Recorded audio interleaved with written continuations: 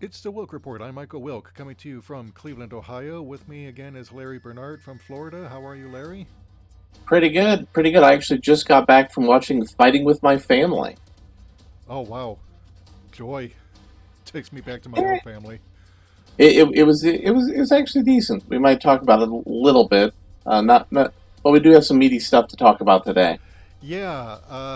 Yeah, just kind of following up on a video I did last week on Bill Cosby, Jussie Smollett, and Bruno Ganz, and I kind of wanted to get your input on this because just me ranting to myself on video, it's fine for what it is, but I find I do better with feedback, Yeah. and some of this Also, is really uh, I've had some time to digest it a little bit more, yeah. but I And really also, I've covered over on the other show a lot about the whole Jussie Smollett case. It's really fascinating. yeah. So I just want to start off with Cosby here because yeah. This is going on the Hollywood Reporter article about him vowing no remorse even if he sits in prison for 10 years. Uh, yeah. So I mean, he's just basically he's comparing himself to Martin Luther King Jr. and Mahatma Gandhi, Yeah, yeah. Because he and was wanting to challenge the status quo of the system. right, which if you look at, in fact, let me highlight the relevant paragraph here. Uh, I'll read this for you. Cosby, in his first public statement from prison, called himself a political prisoner in keeping with Martin Luther King Jr. and Mahatma Gandhi. My political beliefs, my actions of trying to humanize all races, genders, and religions landed me in this place surrounded by barbed wire fencing, a room made of steel and iron. But again, going back to 2004, which is about a year before his testimony where he admitted to buying Quaaludes, uh, Jimmy Israel, who's a black activist and writer, was criticizing Bill Cosby for talking down to black people at Constitution Hall in Washington on the 50th anniversary of the Brown versus Board of Education Supreme Court decision. And, he's basically blasting people for using Ebonics and, talking. Well, Right. I But mean, he's been the star of Uptown Saturday Night and Let's Do It Again. Bill Cosby has tried to make himself into the intellectual heir of George Washington Carver in the great debate between George Washington Carver and W.E.B. Du Bois. Right. And I think it was Du Bois who was saying that black people needed to be led by the talented 10th, who would, I guess, kind of lead the plebeians to betterment. But, it Yeah, just kind of came off sounding elitist to me when I read about that. And Israel was kind of pointing that out, how Cosby is kind of like out of touch and not really, uh, he's basically clueless because he hasn't had to worry about how he's going to pay for milk, you know, in how many years. yeah. But an interesting thing that I wanted to bring back up, following up from my last video, Marsha Warfield had this, and she was the one who played Roz on Night Court and also came out as gay back in December of 2017. Oh wow, I didn't notice that. Right. Yeah, and this is according to the Grapevine from an article last year after Cosby was convicted. Uh, and I'm just going to read this from the article. It says actor and comedian Marshall Warfield, best known as Roz from Night Court, has used social media in the past to make some impactful statements. In December 2017, she came out as a gay woman, noting that her mother only wanted her to do so after she had died. Uh, yeah, which unfortunately Yeah, a lot of parents from that generation made their kids stay in the closet because they didn't want the shame to come on them. It's like, well, there's nothing to be ashamed about, but that's just my opinion. But in a more recent Facebook post, Warfield talks about how conflicted she is over Bill Cosby, not only because she looked up to him as a young comedian and he turned out to be a sexual predator, but because she had firsthand knowledge of his predilection for spiking drinks and never spoke up about it. And the relevant quote here, because she was, uh, yeah, her publicity rep, she had a meeting with him on her way to go see Bill Cosby, and then, as my PR guy was leaving, he said to me with a twinkle in his eye, "Just make sure you don't drink anything." As you can imagine, I was confused, so he went on to explain that Cos liked to put stuff in women's drinks, and the rest you know. I was horrified. I asked many times if he was kidding because I couldn't believe he was serious, especially with the no big deal, nonchalant way he was describing it. He went on to say that Cos did it to protect himself and his image because a drugged woman wouldn't remember, and even if she did, nobody would believe her. I told him that what he described was horrible, a terrible thing to do, and he should never tell anyone that again. He reassured me that he had been doing it for years, everybody knew it, and again, it was no big deal. Anyway, I did take the meeting. He did offer me drinks, and I did decline them. We chatted about nothing in particular. Then I left, and then then she talks about how ashamed she was for not speaking out, and some of her reasonings was she wanted to protect another black person from unfair prosecution in a society that is all too ready to believe that kind of stuff, but then also kind of scared for her own self because Cosby was a powerful guy back then. Mm. And he had the power to ruin a lot of careers, much like Les Moonves did. But she also tweeted about this, shared a Facebook post which I think has since been deleted. But in April last year, she said he wasn't publicly lynched; he hung himself, because this is what he did. And The frankly, thing about this whole thing that disturbs me is just how unrepentant he is. yeah, yeah, because and of course, comparing himself to Martin Luther King and Mahatma Gandhi. Martin Luther King was sent to prison before his assassination for the Montgomery bus boycotts, for marches, for actually getting out there and doing stuff, not for lecturing black people on how they should live their lives or how they should speak in public. And Mahatma Gandhi, again, very similar. Before his assassination, he stood up to the British, through simple acts of defiance, so he could free his nation. Bill Cosby wanted to get laid. Yeah. So I don't know. I mean, how does he have the gall to do this? I mean, what are your thoughts on that?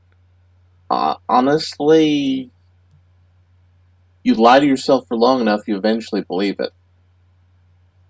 Yeah, I suppose that's true, but it pisses me off because because I've also met people who women in my life who were abused sexually, and this is kind of like a slap in the face to them, where this is like Harvey Weinstein or Les Moonves.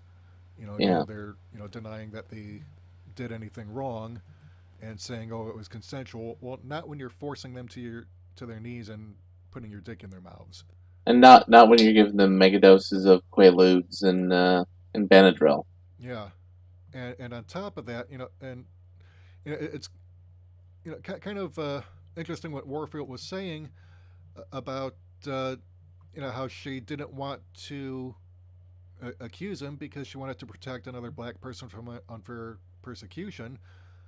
But then we go into the next part of our video on Jussie Smollett, which The you've got Jussie more Smollett info. one's much more interesting in the details, the finer points, because he was also rather unrepentant.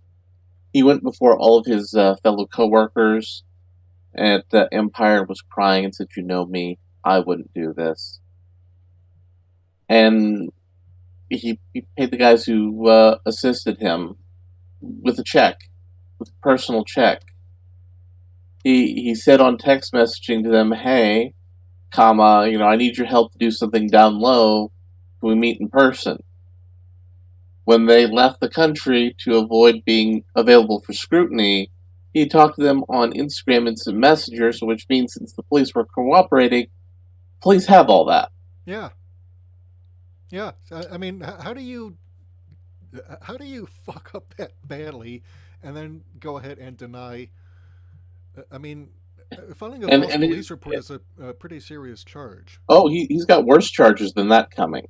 He also lied to the FBI, so that's a charge. Yeah, And allegedly, the U.S. Postal Service is still investigating it. He sent a threatening letter to himself in the mail.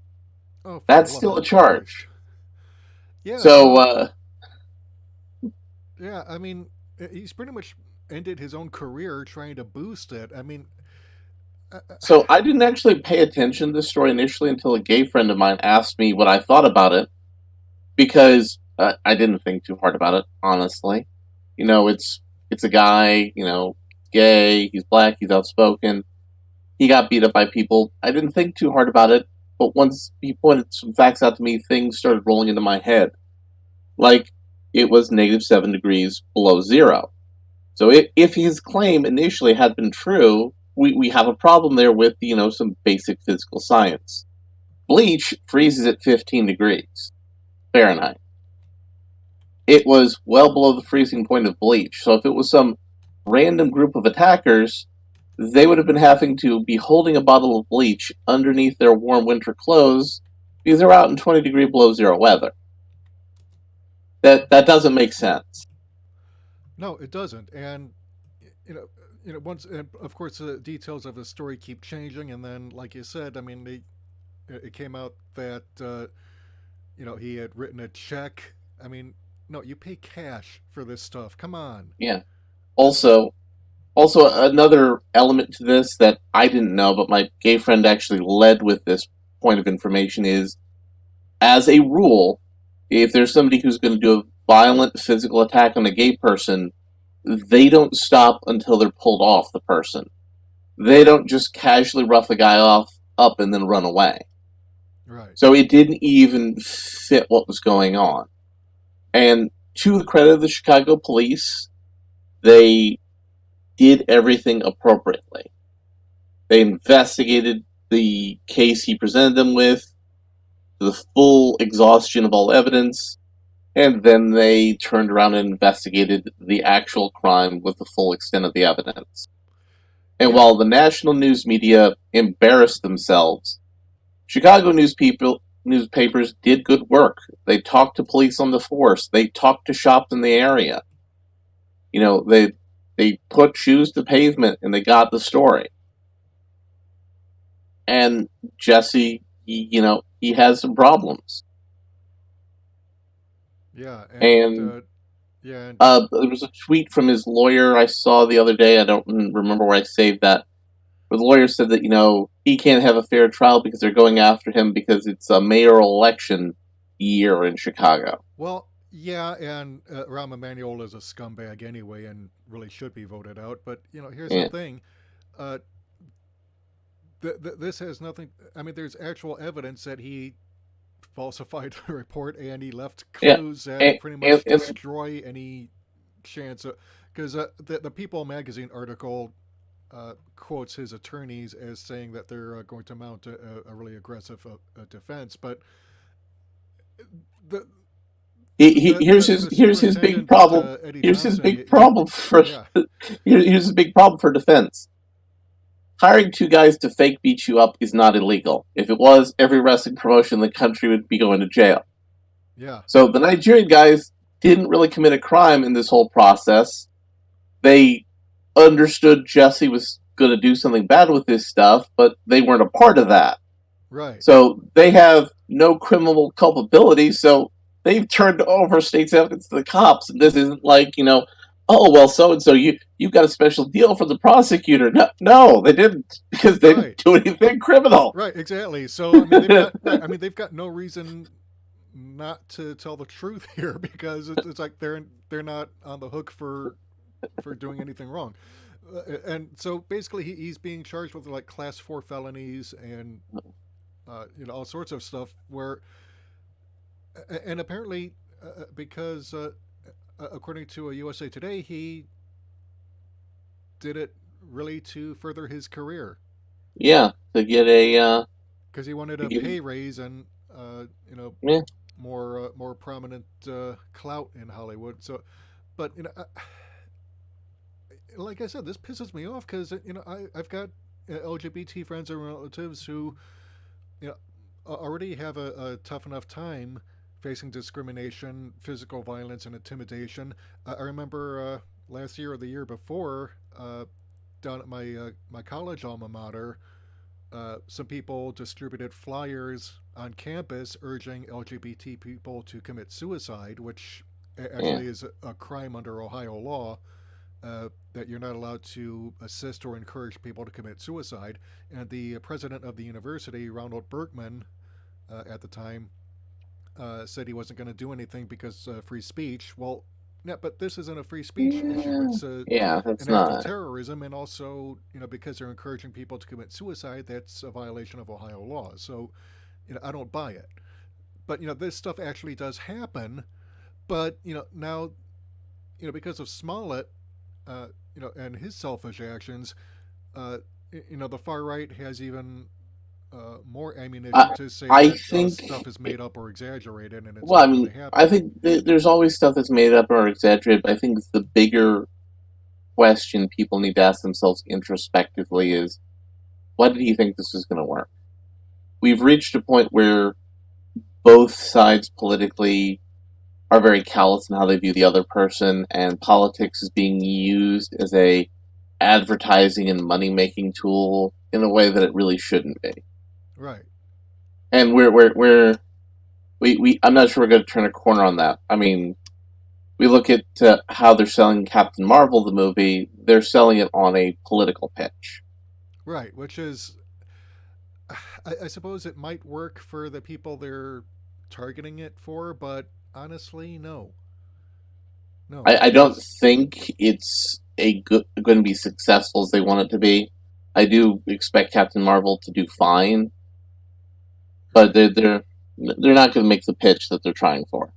Right. And unlike They're with they're not Black going to replicate Panther, Black Panther. right? Yeah, because Black Panther, they were very political in their messaging, but it didn't focus as the centerpiece of the film.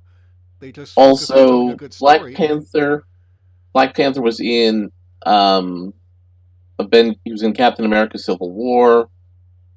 We were made to be interested in his character before he had a movie right, right. Whereas with Brie Larson, basically they didn't even introduce at her all. character yet, and there, and also there were so many, and we could do a separate video on this, but it seems to me that if you're going to do a Captain Marvel, start with the original, who was like a Kree warrior from the Marvel comics who came to Yeah, Earth, but and then from a pass strict it on business, to Carol Danvers, who became Ms. yeah, Marvel, and then finally, from a strict standpoint, they want a female face of the franchise character, and that's who they think is the winning pitch. yeah, You got a director who I don't. The two directors for Captain Marvel, they've done some movies, but none of them really stand out to me as anything as good as what Ryan Coogler has done in his career prior to that, to right, Black Panther. right. So So that's another issue I have with it. yeah, and also an entirely different video we could do on that, because I want to move on to Downfall actor Bruno Ganz, Yeah, because I actually have not found anybody doing a downfall meme of his death story. I'm sure there is one somewhere. well, you know what? I actually have the video without subtitles, and I can actually make a new Because I can somebody actually needs make a new to. meme for that, because that would actually be appropriate, I think, because he. Uh, yeah, because for those of you who don't know, Bruno Ganz is a Swiss actor who starred in German stage and cinema, and is quite famous across the pond.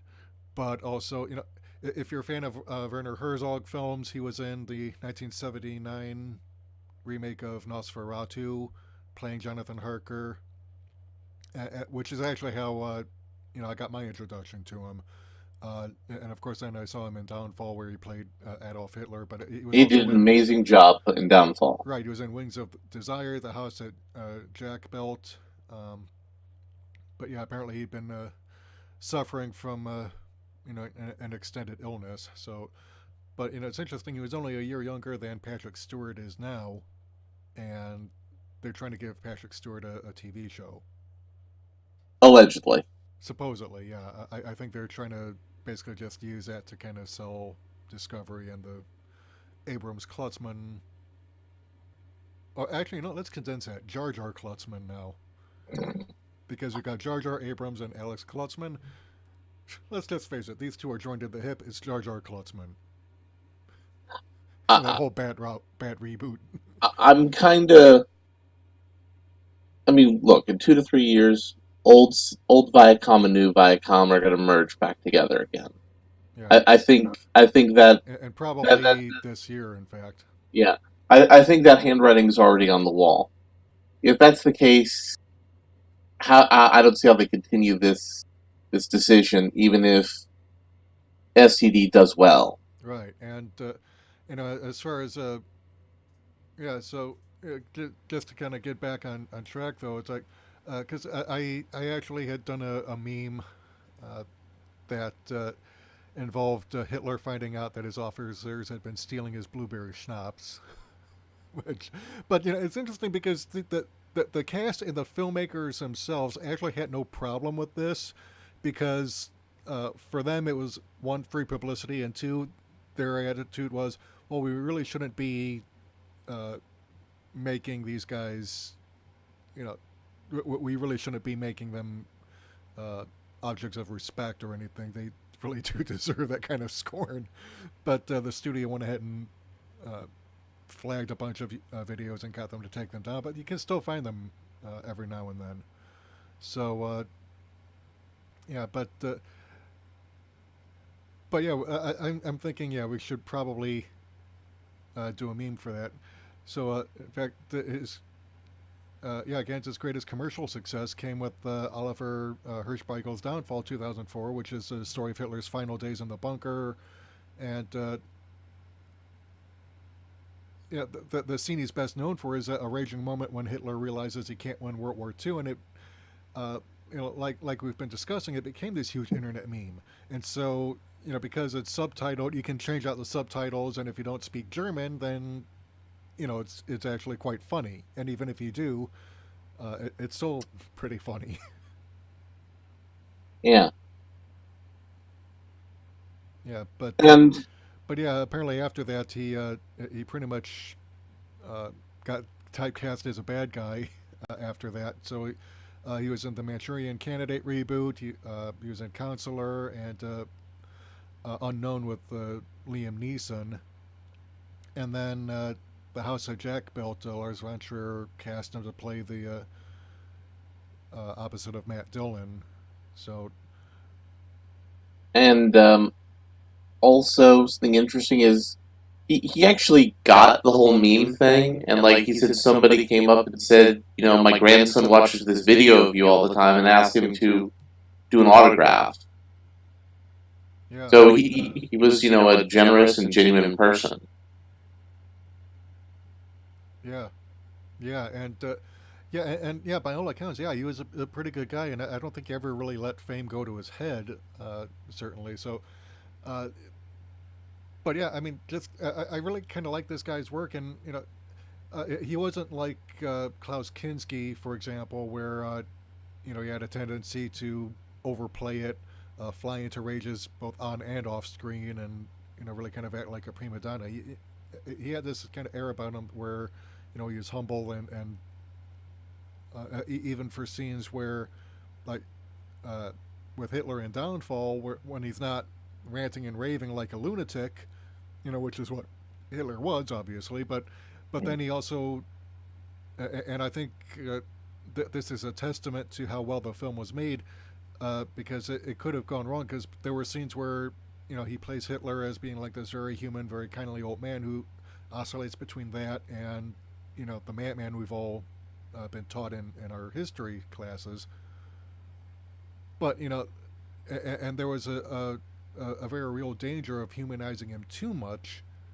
But at the same time, we have to acknowledge that these guys, for as evil as they were human, and it's only telling the truth to kind of show that, and that just kind of makes their actions all that much more horrific because they really kind of abandon that humanity. And everybody was trapped in the bunker, and Hitler was a raving madman. And you got to feel the other actors, how they were trapped, and they were in a horrible situation and they couldn't get out. Right. Right. So, but yeah, that's pretty much all I've got to say on this. We're going to do another. We're going to be doing for our next video. We're going to be doing a Orville review. Because speaking of Trapped, wow, that thing really, yeah, that thing really stepped things up in a big way. So, Yeah. yeah, our next video we're going to do Orville season 2 review, Identity Part 1. So yeah, let us know what you think in the comments about all this, whether it's Cosby or Subscribe, Smollett. Patreon, hit the bell for notifications, all that good stuff. Yeah, because our next video it's gonna things have really hit the fan on the Orville, and yeah, that's gonna be a pretty interesting video. So stay tuned. This is Michael Wilk and Larry Bernard for the Wilk Report saying take care, good night, and we are out.